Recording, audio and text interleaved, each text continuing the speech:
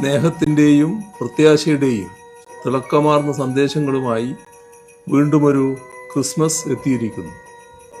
പരസ്പര സ്നേഹത്തിലും വിശ്വാസത്തിലും അടിയുറച്ച് ലോകത്തെ പരിവർത്തനപ്പെടുത്താൻ സ്വന്തം ജീവിതം സമർപ്പിച്ച ക്രിസ്തുവിൻ്റെ ഓർമ്മ പുതുക്കുന്ന ഈ ദിനം മാനവരാശിക്കെന്നും പ്രചോദനമാണ്.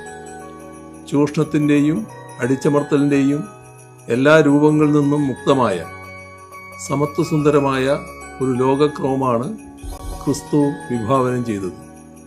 മനുഷ്യരെ ഭിന്നിപ്പിക്കാനും അവരെ വിദ്വേഷം പ്രചരിപ്പിച്ച് തമ്മിലടിപ്പിക്കാനും ശ്രമങ്ങൾ നടക്കുന്ന ഈ വേളയിൽ ക്രിസ്തു മുന്നോട്ട് വെച്ച പുരോഗമന ആശയങ്ങൾക്ക് ഏറെ പ്രസക്തിയുണ്ട്.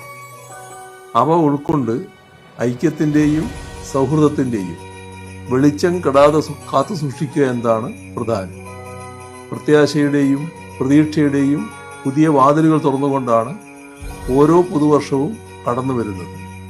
സാമൂഹ്യനീതി, സമത്വം, പുരോഗതി എന്നിവയിൽ അധിഷ്ഠിതമായ നവകേരള സൃഷ്ടിക്ക് ഈ പുതുവർഷം ഊർജം പകരും.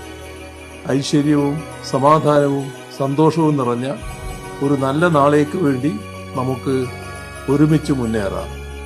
എല്ലാവർക്കും ഹൃദയം നിറഞ്ഞ ക്രിസ്മസ് പുതുവത്സര ആശംസകൾ.